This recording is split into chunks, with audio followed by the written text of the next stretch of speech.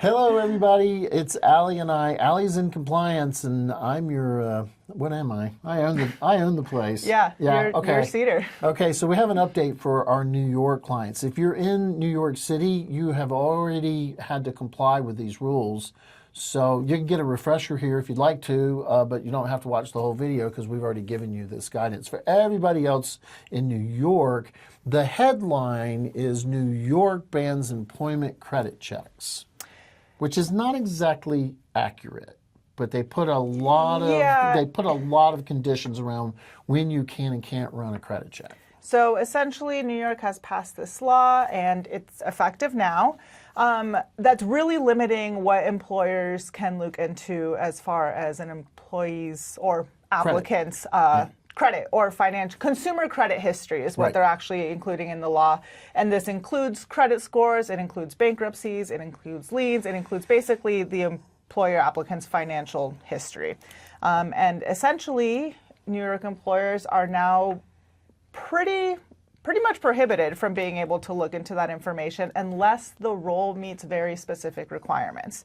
And that's the key part here. So normally employers would run this kind of background check on anyone who's dealing with money, really. That's what we used to say. On the background check, include at least the lowest level of credit check to look for red flags for anybody who touches the money. That was what we used to say. And we can't say that in New York anymore. Exactly. So, you know, positions like payroll or accounting that are dealing with finances at, as Paul said, the most basic level, that doesn't automatically mean that they're exempt from this law. Right.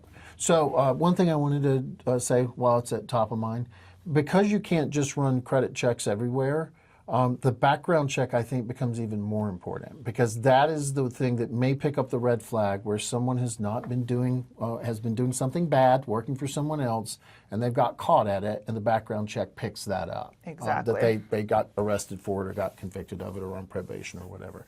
On the other side of this, let's tell them who they can probably so run a probably, I mean a credit check, sorry. Yeah, before we even get into that, you should still, if you are considering running this kind of background check, checking anyone's credit when they're applying for a job, reach out to us first. You know, you still want to talk to the Solution Center, because, again, the law is strict. But for most of you that are watching this and are in some sort of healthcare setting, the most likely exception is going to be positions that have the authority to enter into financial agreements over $10,000. And so that would most likely come up dealing with patient payment plans or any sort of treatment plan, so maybe financial coordinators or some sort of front desk position, billing position that is handling.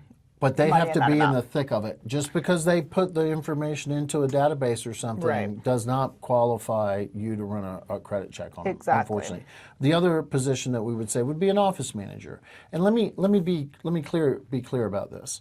This would be an office manager who can impact the permission levels of a database which holds financial information.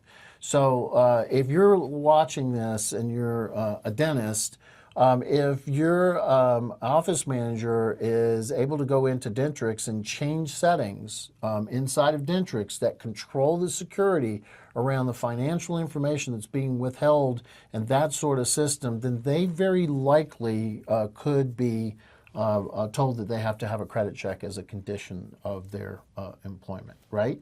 Yeah. It's possible, but again, could be. Could be. Yeah. So what we were saying here is, like, as a member, here's here's why we're here.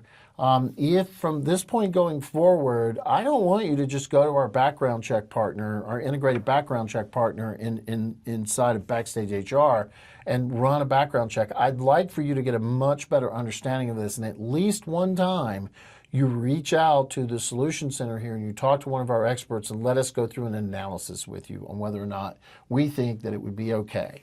And then we document that. And then if there's a problem in the future, you've relied on your own research and our help with that. You have documentation. This is the reason you decided that it would be okay to do it. Look, this thing has a lot of twists and turns in it, and we aren't even going to attempt to train you on all the twists and turns. We literally are going to train the internal team here, but we're putting this red flag out for you. I think we're done. Yeah. Thanks, Paul. Okay, bye.